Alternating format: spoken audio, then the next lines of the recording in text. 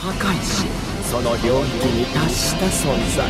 破壊神でさえかなわないような人間のいる宇宙もある。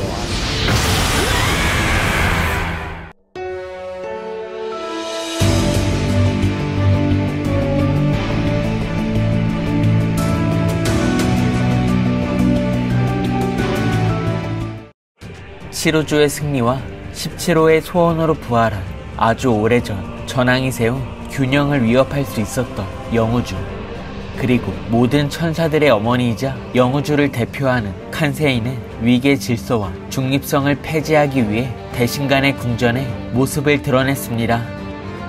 나아가 비루스와의 마지막 수행을 마친 손오공은 먼저 영우주의 전사들과 격돌했지만 이내 패배하게 되며 감금되게 되었고, 한편 다시 한번 살아난 시루주의 프리저는 새로운 파괴신으로 등장하게 되었는데요.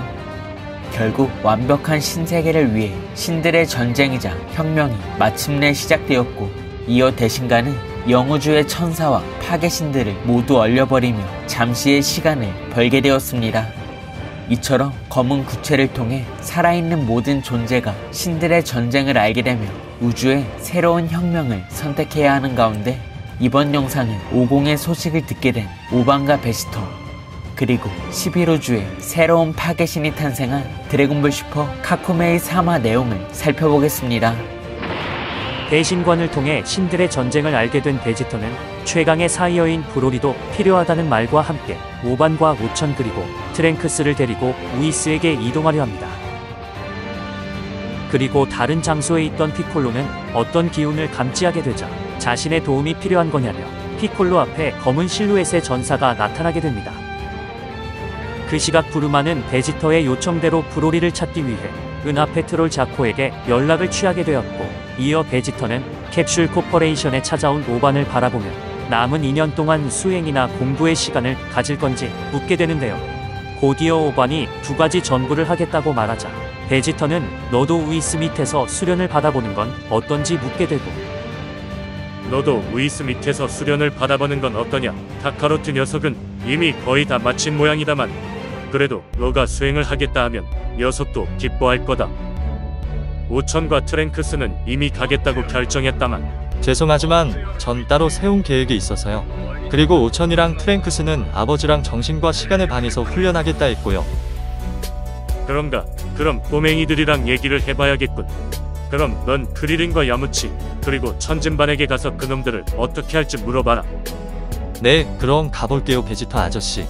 이처럼 오반은 천사 우이스와의 수련보다는 자신이 계획한 수행을 실행시키기 위해 베지터의 제안을 거절하게 되고, 이어 베지터의 말대로 크리링의 집에 도착하게 됩니다. 그렇게 오반은 야무치는 물론 천진반의 소식을 묻게 되자 그 순간 베지터로부터 오공의 충격적인 소식을 전달받게 되는데요. 오반, 지금 우이스에게 왔다가 알았다만 대신관이 카카로트 녀석이 있던 제 영우주란 곳을 통째로 얼려버렸단 모양이다. 이처럼 베지터를 통해 오공의 소식을 듣게 되자 그 소식을 알게 된 지구의 전사들이 모두가 화들짝 놀라게 되고, 그 시각 피콜로가 있던 장소, 실루엣의 정체는 바로 힘의 대회에서 피콜로와 격돌한 유구주의 나메크 성인이었는데요. 이어 나메크 성인은 우린 2년 동안 힘을 합쳐야 한다 제안하자 피콜로는 내가 너희를 왜 도울 거라고 생각했는지 반문하게 되고, 한편 유구주는 지금은 서로 지켜야 할 게 있다고 이야기하자 피콜로는 그들의 제안을 수락하며 그 전에 한 가지 해야 할 일이 있다 말하게 됩니다. 그 시각 은하 페트롤 자코를 통해 브로리가 있는 행성에 도착한 부르마. 이어 부르마는 치라이와 검은 구체에 관한 이야기를 나누자 우이스에게 연락이 오며 오공의 소식을 듣게 되는데요. 이처럼 2년 동안 영우주에 갇히게 된 오공의 소식을 알게 된 지구의 전사들. 아버지가 안 계시니 저희가 할 수밖에 없어요. 여러분한테 맞는 훈련이 어떤 건지도 다 생각해 왔다고요. 이어 오반이 각자의 수행이 필요하다며 각오를 내비치자 크리링은 신들까지 끼어든 싸움에서 자신이 할 수 있는 것은 없다며, 이런 말하는 게 안 좋게 보이는 건 알지만 지금은 가족들 곁에 남아 지켜주고 싶다는 생각을 전달하게 됩니다. 아저씨, 아버지는 지금까지 계속 목숨을 걸고 사람들을 지켜왔어요. 물론 가족들 곁에 남고 싶다면 그렇게 하셔도 좋아요. 하지만 이것만은 알아주세요. 아버지도 세상 사람들도 저희의 도움을 필요로 하고 있단걸요. 한편 오반의 진심을 모두가 듣게 되자 야무치와 천진반은 신들의 전쟁을 위해 수행에 참여하기로 하고, 이어 18호는 크리링을 따로 불러내며 싸우고 싶다면 자신도 같이 싸울 거고 여기 남고 싶다면 같이 남겠다는 각오를 들려주는데요.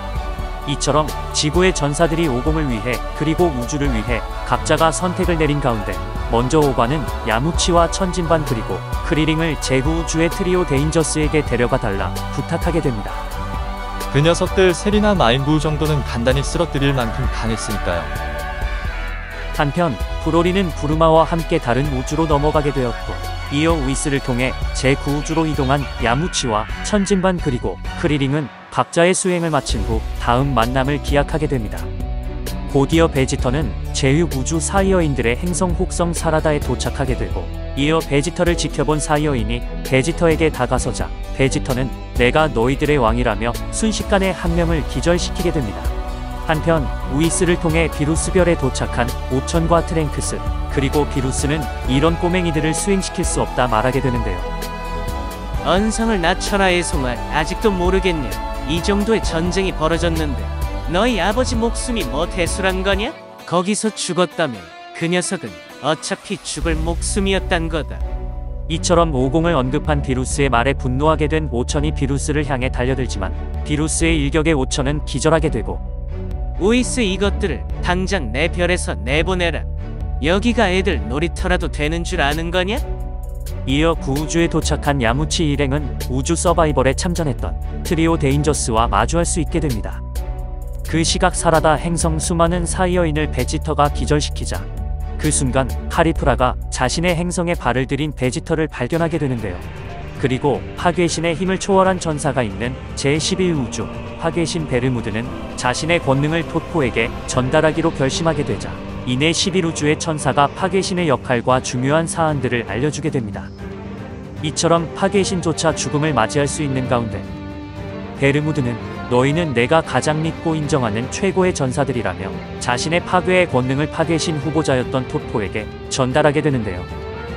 그 시각 자신만의 계획이 있다며 베지터 일행과 헤어진 오반은 지렌이 있는 11우주에 도착하게 되고, 이어 파괴신의 권능을 전달한 의식이 끝이 나게 되자 베르무드가 죽음을 맞이한 모습이 전개됩니다. 이처럼 토포가 베르무드의 죽음으로 이성을 잃을 수 있게 된 가운데 이어 오반이 토포 앞에 모습을 드러내고, 이어 무슨 상황인지는 모르겠지만 저희를 도와줄 수 없냐는 마지막 말과 함께 이번 드래곤볼 슈퍼 카쿠메이 3화가 끝이 나게 됩니다. 이번 화를 통해 지구의 전사들이 오공의 충격적인 소식을 듣게 되자 모두가 고민 끝에 오공을 위해 그리고 신들의 전쟁에 참전하기 위해 결단을 내리게 되었고, 이어 최강의 사이어인 브로리 또한 이번 신들의 전쟁에 참전하게 되었는데요. 이처럼 우주 서바이벌을 통해 인연을 맺게 된 각 우주의 전사들과 지구의 전사들이 수행의 시간을 갖게 된 가운데 오반은 한층 더 강해지기 위해 파괴신을 초월한 인간 지렌이 있는 11우주로 이동하게 되었습니다. 나아가 파괴신 후보였던 토포는 기존의 파괴신 베르무드를 통해 파괴의 권능을 전달받게 되며 진정한 파괴신으로 탄생하게 되었고, 이어 오반은 파괴신급 강자들이 있는 11우주에서의 수행을 선택했기 때문에 다시 한번 분노의 전사 사여인 오반이 부활할 수 있을 것 같습니다. 과연 사라다 행성을 찾아간 베지터는 어떤 수행의 시간을 갖게 될지, 그리고 지렌과 토포는 오반을 상대로 수련의 시간을 허락해줄지는 다음화 드래곤볼 슈퍼 카쿠메이를 기대해보면 좋을 것 같습니다. 이번 영상은 여기까지입니다. 시청해주셔서 감사합니다.